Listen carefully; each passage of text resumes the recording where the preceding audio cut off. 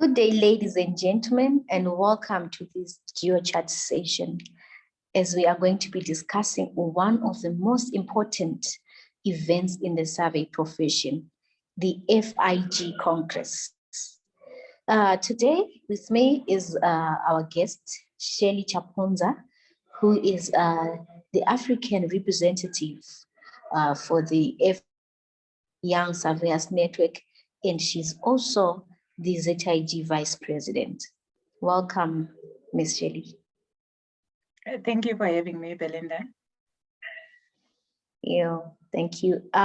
Ms. Shelley, we have a lot of questions today concerning the application procedure for the grant. We understand that this year we are going to be having the Congress on the 11th to 15th September 2022 in Warsaw, Poland. So we know there are a lot of youths and young surveyors out there who are busy preparing, who are busy applying for grants. They want to know the procedure, they want to know how to go about it. And also, we believe that you will be able to take us through the whole procedure. So let me get on to the questions already. My first question is, can you give us a brief description of what is FIG and how many times does this is this FIG Congress held per year, maybe? All right, Belinda. Well, I hope I'll be able to explain things so everyone will be on the same page. So basically, FIG it's a community of surveyors, an international community for national associations of professional associations in the surveying industry. So basically, like here in Zimbabwe, we've got Zimbabwe Institute of Geomatics, and it is a member of FIG. And then you've got SAGI in South Africa, you've got Botswana Institute of Geomatics in Botswana. FIG is a community where all these institutions or associations come together. And but it does not limit itself to just professional associations. It's also, universities can also be members, mapping agencies can also be members. And I think most importantly, it's a non-profit. It's not an organization that is there to make profit. It's an organization that is just there to promote the profession, the surveying profession. And it is also recognized by the United Nations and World Bank as a community of surveyors, as a global community of surveyors. So to answer the question of the Congress, so the Congress is basically just a meeting where members of these national associations gather together in a defined place, and they discuss whatever matters that will be pertinent at that point in time.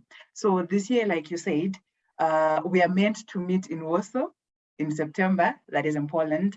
And the Congress usually is held once every 4 years, but every year, FIG members meet.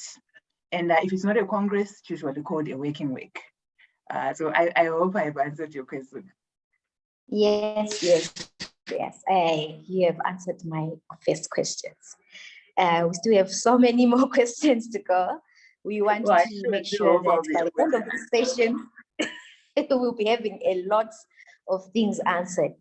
So my next question is, who are the sponsors for the grants, and who are those who sponsor the FIG Foundation? Like you said, it is made up of a lot of professional bodies, but what is the main body behind this? Who funds the whole FIG Foundation, the congresses, and if you can let us know who are these people, who are these professional bodies? All right, so maybe I'll just give a brief background into what the FIG Young Surveyors Network is all about and how this grant came about.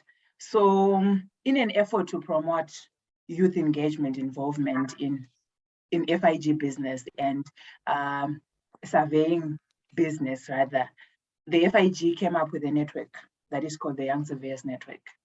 But just providing a network was not enough, because most of these conferences, be it a working week or a congress, they are held all over the world, and the expenses of covering such trips may be a bit much on young professionals who are still trying to find their footing, but they believe that they've got a voice that they want to be heard out there.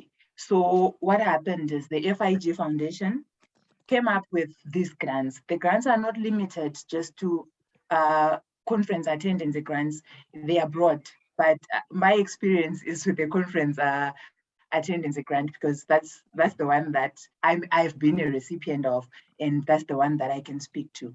As to who funds these grants, like I've already said, it's the FIG Foundation.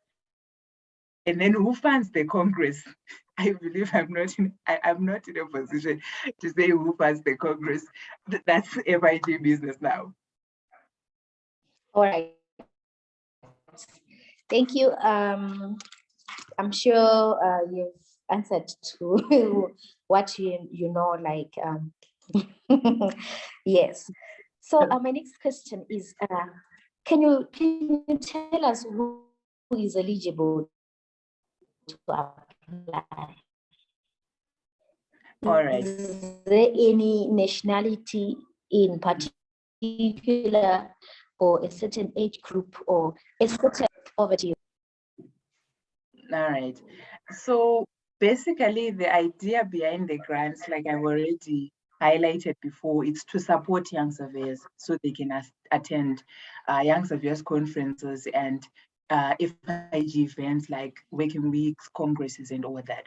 So by definition, that is the adopted FIG definition. A young surveyor is anyone who is between the ages of 18 and 35 within the surveying profession. So these people could be students, or they could just be young professionals. So as for nationality, it's not limited to any particular nationality. Every young surveyor is welcome to apply. Be it your country is a member of FIG or not, every young surveyor is welcome to apply. And yeah, so it was nationality and it was an issue of age, right? But also you have to be a surveying professional. Like either you're a surveying professional or you're a surveying student. It's not open to the whole world, but it's limited to the professionals, the surveying professional, surveying community. Okay, so this is particularly for the surveyors, because we understand that we also have the geomatics that is coming on board. So whereby we have other people who are seeking maybe cartography or GIS, or maybe they doing other disciplines that feed on to the geomatics board. They might also have an interest to participate in the Congress. So how then do they really verify to say this is a surveyor, and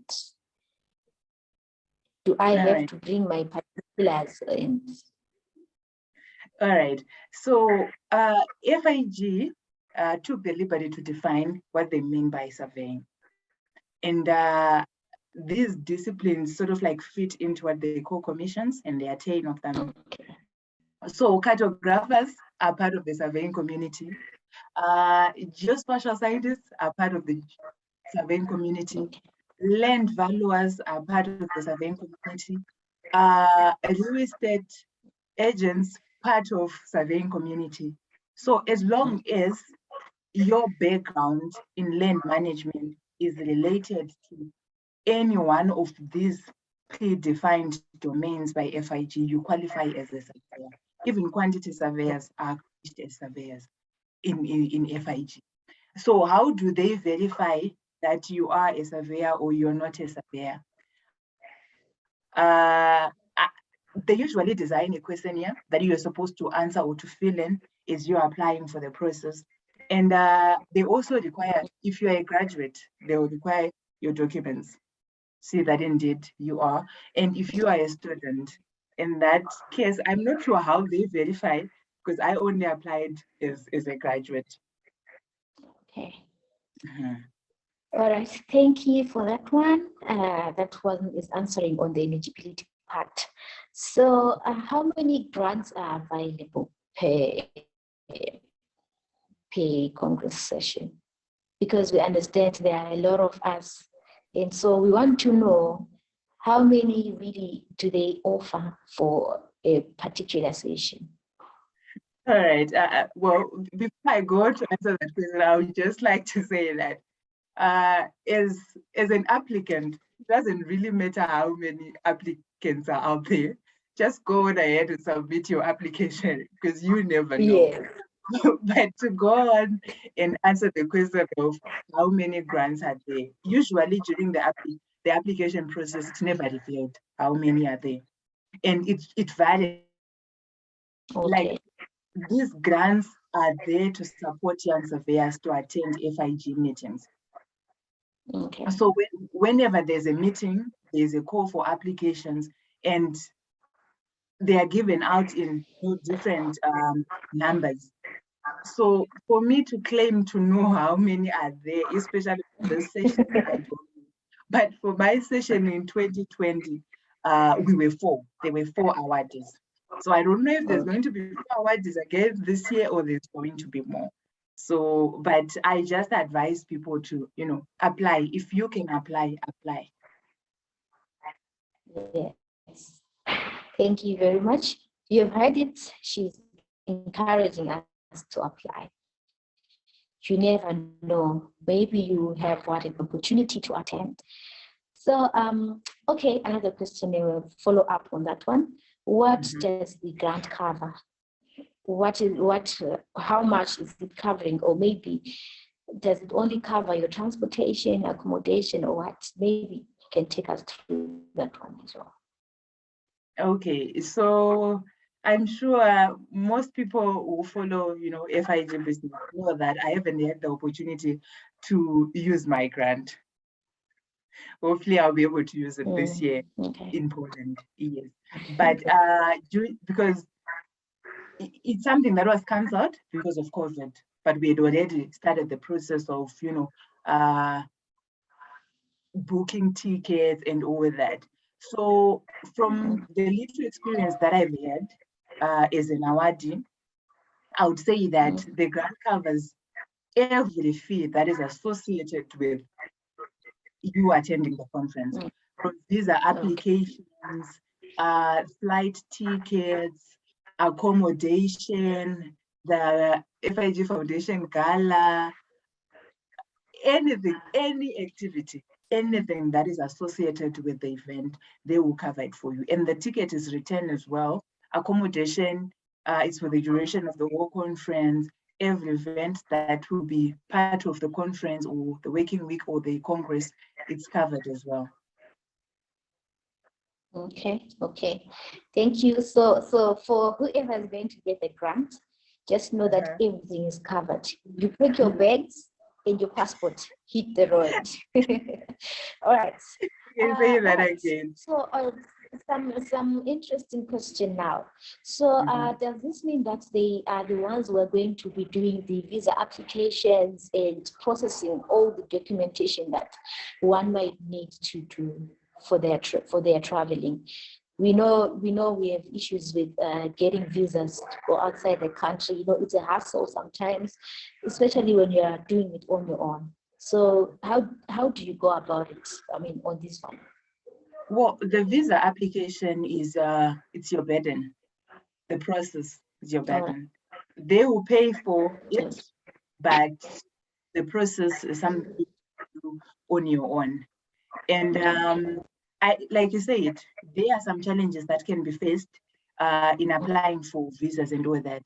But they'll give you any form of support that is needed, especially in the form of documentation that you are attending this conference, your itinerary information, all that. They can provide you with any support that you need. But the one who has to be moving around on the ground, it is you.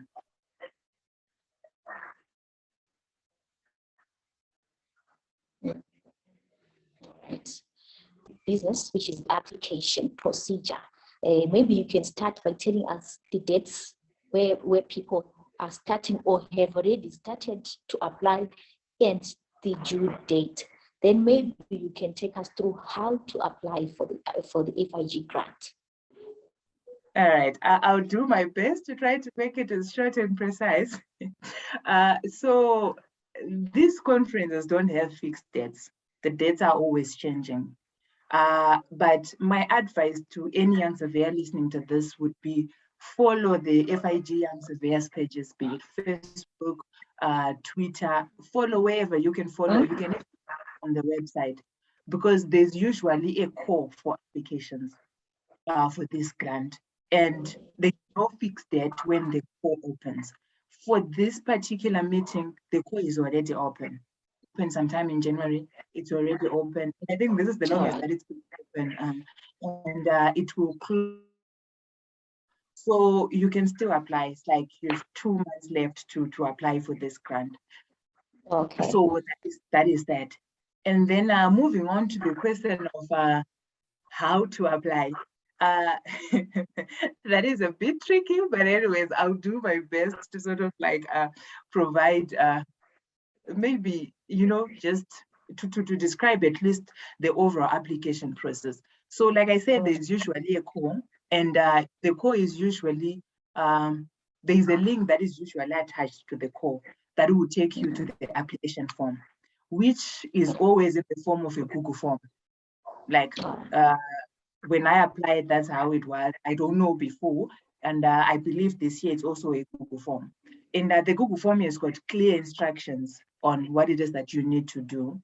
And so it's just a matter of you filling that Google form, but there are also some motivation questions. And those motivation questions, sometimes they'll require you to do a bit of research. So my advice would be, when the call opens, go through the form, note down the motivation questions, do a bit of research so that you can respond to those questions as a motivated young professional, not just as someone who's just, something last minute. And so those questions could be, what's the role of young surveyors in maybe delivering Agenda 2030? Or what do you think of this particular SDG, and how can young surveyors serve in delivering that agenda? Or it could be even COVID, how has the surveying world responded, or how has COVID impacted? Well, it could be anything, but they are the kind of questions that requires you to be wide-read, to have an opinion, and be able to, communicate whatever it is that you believe should be or could be. And then also it probably requires you to submit documents, because like I said, this is an age-sensitive application process or issue. If you are over 35, you cannot get the grant. Okay. So they will need you to provide some form of documentation that is proof of your age. And also they will also need you to provide some documentation that probably support what you're saying you've studied in school, or whatever it is that you say you are doing. So basically, that is the application process. But my advice would be, take note of the word limits. If a question says 200, and like you've got 250 words to answer a question, even if it seems like a yes kind of question, yes, why? So I'm a teacher, or rather a lecturer, but well, I consider my my calling in this world to be, someone who's in a place of training, in a place of, educating. And I would be motivated to go through your application if you say yes because of A, B, C, D. You give detail to your response. You give identity to whatever it is that you are saying should be. So my advice would be, when you are filling that application form, try to pay attention to the word limits. Don't exceed them, because then again, you prove that you don't know how to follow instructions. And no one wants to work with someone like that. But also, don't give too little. Give as much as you can without seeming like, you are overbearing or anything like that, as well as not exceeding the word limits. And give it your best shot, guys. This is as good as, all those other applications that we put out, like, scholarship applications, university applications. Let your motivation statement be convincing. Pay attention to everything that you are submitting. Pour your heart into it. Yes. Thank you, guys. You have heard that point. Always give your extra and give your energy to any application, be it a grant, a scholarship applications, because you never know where things will take you to. You might get a grant application, grant for FIG, and you never know where you end up at. So yeah, that's a good one. So also, I would want you to tell us what you think will make an application stand out. Like, what do you think can be of consideration for them to say, no, out of, we are only going to give these four a chance to attend the Congress? Okay. Well, I believe that service matters. And one of the things that FIG is working on right now is volunteerism.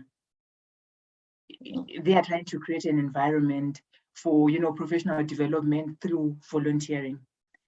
So Okay. I would really suggest that if you are someone who have intentions or hopes of applying for this grant, be it in this, term or any other, that will follow after this, try to be as engaged and as involved in any surveying work, either in your member association, that is, for example, in my case, I'm a member of ZIG, so I could be volunteering with FIG to the best of my capabilities. Be hands-on, have something to show for yourself. But you can also volunteer even on the global platform with FIG. Like right now, they've got a program that's called the Volunteer Community Surveyor Program. And they usually cause for people who want to volunteer their skill, their time to do whatever work that they are doing. And they have mapathons sometimes. Take part in all those activities. They have trainings. Take part in those activities. Be part of the community so that even as you are responding to the questions during the application process, it's evident that you are a member of this community, and the only thing that's been holding you back is the fact that you're probably, you've got financial constraints that are keeping you from being there physically or whatever. So that, I believe, that would definitely make an application stand out, because you can do research, but everyone can do research. You can answer those questions in the most beautiful way possible. Most people can do that. But it's not everyone who can volunteer their skills, not everyone who can volunteer their time. So if you've got that, I feel like it just makes your resume more appealing and more exciting to look at. So my advice would be, whatever the outcome may be for this, application process for this cohort, don't lose hope, but take it as, as an opportunity to go again. But in going again, make sure that you are involved. You are part of the young surveyors community, like the global young surveyors community. If you feel like you're not ready to serve on a global platform, start at home. I believe that the Geomatics Youth Network has got some initiatives. However, help is needed. It could just be an issue of, maybe I'm a secretary of my Young Surveyors Association back home. This is what we have done. How does it serve or link to the vision of FIG Young Surveyors Network? And you need to provide proof that giving you this grant is not just going to, allow you to see the world, but it's actually going to serve the profession. It's also going to further the work of FIG in countries that they haven't been able to reach yet, or in countries where maybe they are not yet fully flagged or anything like that. Yes. Yeah, thank you so much. I want to add on to that one. The issue of serving. Ladies and gentlemen, I encourage you to join professional bodies and to participate. Don't just be an idle member. Be in a professional body. Matters for the growth of the profession. And be somebody who expose yourself. Always expose yourself for growth in the profession. It's not about just learning a skill, then you go and make money. But you need to continuously grow it. Be a member. Make it your family and participate as well. Just like Ms. Shelley was saying, that it also contributes on your application. you will be able to state some of the things that you have contributed and volunteered. And so, ladies and gentlemen, let's take note of that one as well. Let us go to the. To add on to that, Belinda, Yeah. I think it's important that besides being a professional, just as a human being, you should have a vision that is bigger than you, that serves more than you. And I feel like that is the idea behind this whole volunteerism work. Give where you can, pour where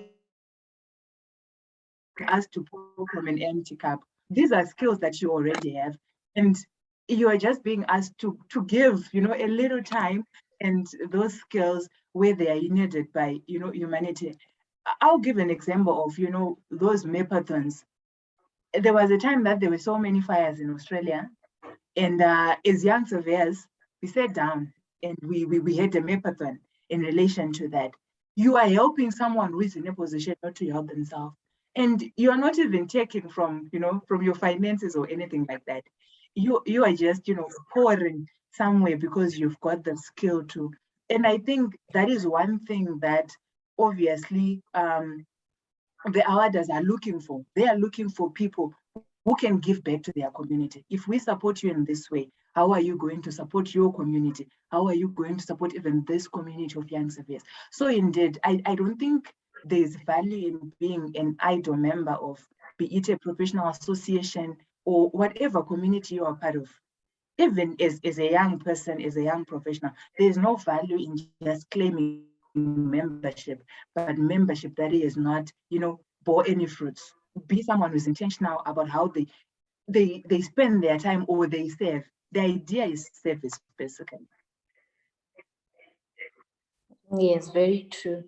Like I'm a lecturer as well, and I always tell my students that life is not about breathing in and out. You need to do something, be relevant, be important, contribute, and you see that we make a better world, the world a better place, even our profession. Because we have people who are busy in the background, murmuring, they should have done this, they should have done this to make it a better place. But you as an individual, what are you contributing? Some of these congress, some of these events and meetings, that's where people decide about the profession. So we should make it a point that we try by all means to be part of it so that we air out our views and be heard. Okay, let us move to the next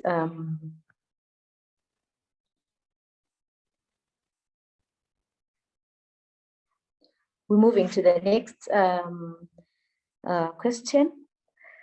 So how best can a young surveyor prepare themselves for this event?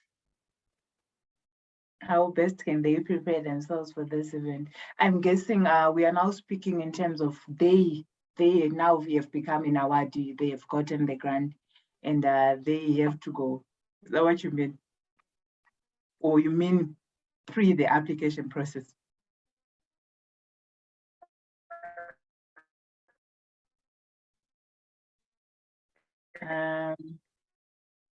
Belinda, I can't hear you, but I'll just try to maybe,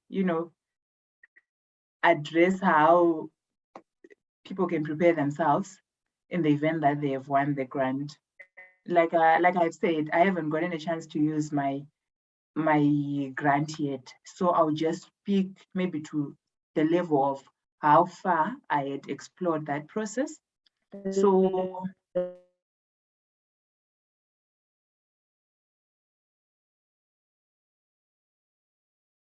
all right. I think Belinda is still, its network is still a bit budding.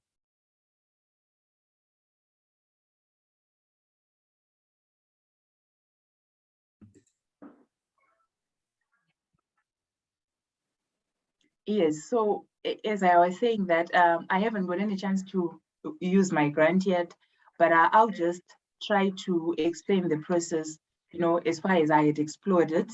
So usually after the applications, the call is closed. You give it a few weeks and then the winners are announced. And obviously, if you are part of the winners, they usually send you emails congratulating you and then telling you things that you need to do next. So that part of the process, basically, they'll be guiding you. You have someone from the FIG office communicating with you from, booking tickets, and then, reminders that you need to go and apply for your visa. And then they'll also tell you the options of hotels. Like they usually have options that you can pick from, or it could just be you'll be staying in this hotel, you can look at it and whatnot. Or you could be asked to suggest where you want to stay. And now it depends, but obviously you have to be reasonable about where you want to stay. Yes. And then, so basically, that is as far as I had gone. I had applied for my visa, and the whole COVID business started. I think it was a few days before my visa interview, and we were meant to go to the Netherlands back then. So you have to book the visa interview on your own. You have to go through that process on your own. They'll just be supporting you. They'll give you every document that is, all the itinerary. And then if you need them to give you any other form of document that might be specific that might be specifically asked by the embassy or of the country that you're going to, you can always ask them and they can always help you.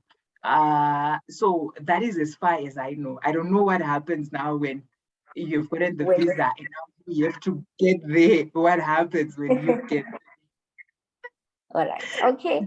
That is very much enlightening. For those who get the awards, just be ready. Know where you want to stay. You might have an opportunity to choose the hotel that you want. You never know. Yeah. So like you mentioned, the COVID business thing that we experienced in recent years. Can you take us through that? Is it part of the preparation? Do I need to be fully vaccinated? Do I need a vaccination card?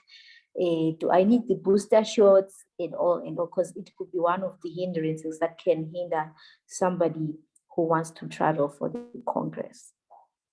All right. So in terms of that, I will acknowledge again that we were meant to go before, COVID became full blown. And, the whole world had to be on standstill. And of course, we've been making progress as the world we've been moving, but countries' requirements are different. So right now, of course, I meant to use my grant this year, but there hasn't been any communication on how we are to go about, the COVID side of things. What are the COVID restrictions or the COVID requirements? But I would like to believe that it goes back to country-specific regulations. Like this year, it's Poland. What are the requirements by Poland? So because I believe maybe it probably plays some part in getting the visa, or whichever part it will probably play, it will definitely play some part. But I think it's important that whatever regulations or instructions you are following, be the ones that are coming from, the embassy or, the Poland government website, or however you can access them. What are the Poland COVID regulations? And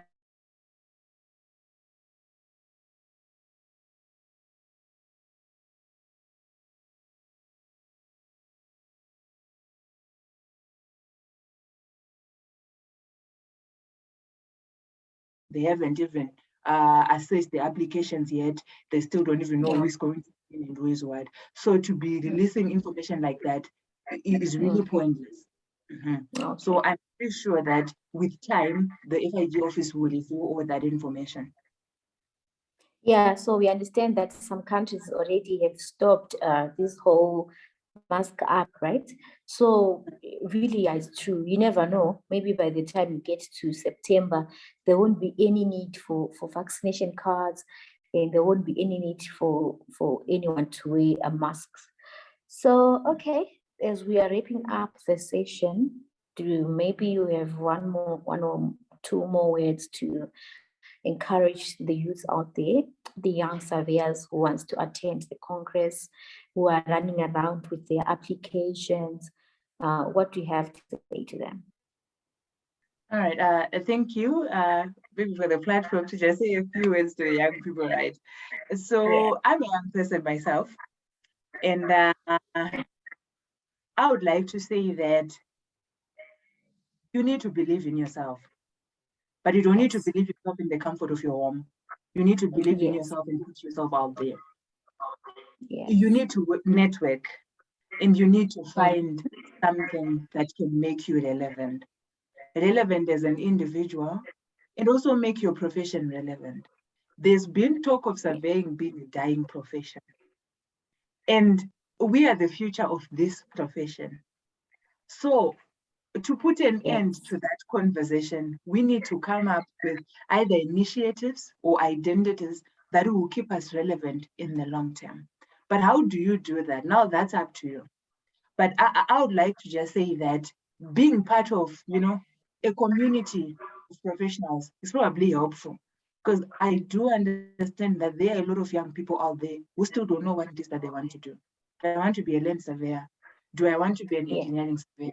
Do I want to be into GIS? Do I want to be in academia? You are not sure yet.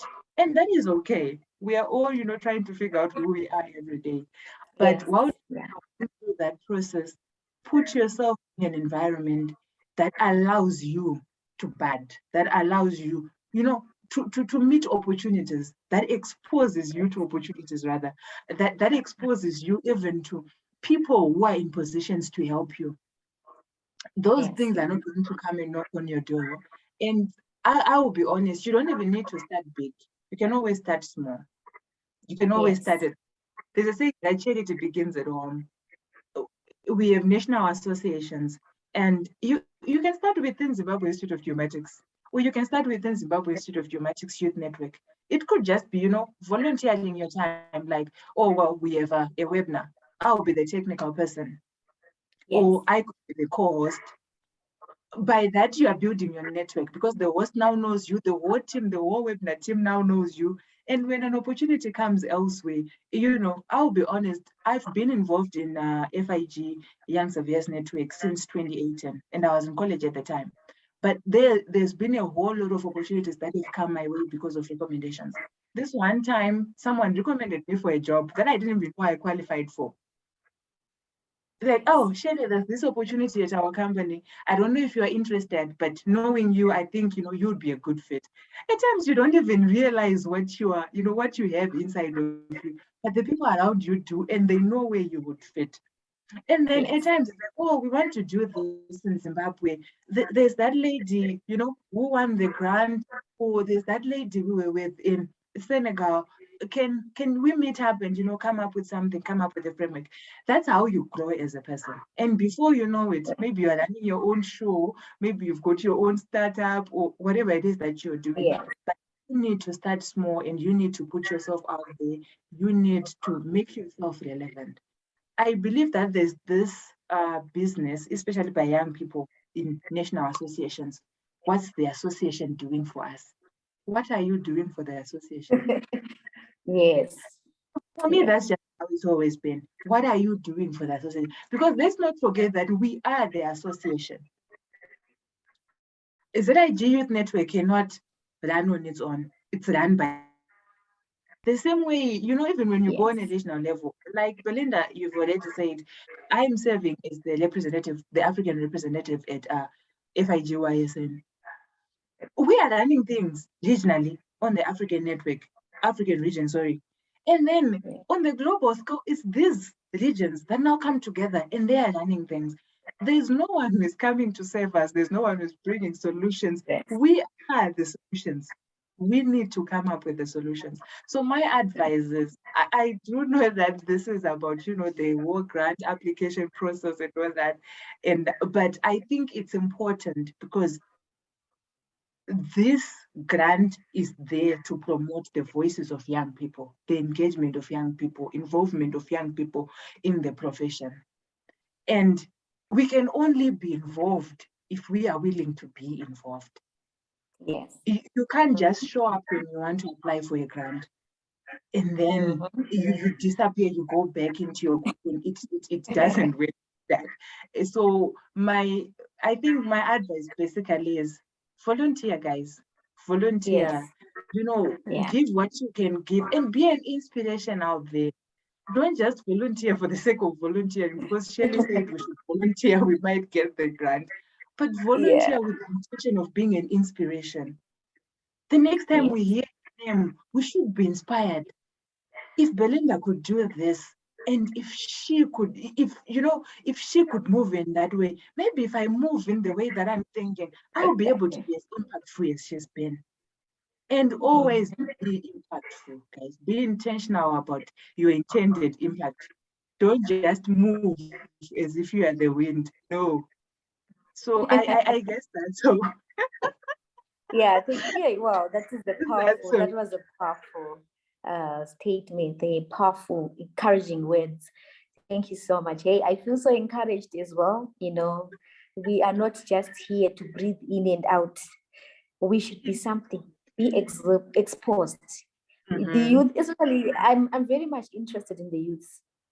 You are energetic, you are young, be all over the place, run around, make the future. We are the future, right? We are the ones our little ones look up to. We are responsible to make things, to make the world a better place, even our professions as well. So thank you so much, Shaylee. That was a very much interesting session. All right, guys. Meet you again on the next GeoChat session with another very exciting topics to discuss. Bye. Right. Thank you. Welcome.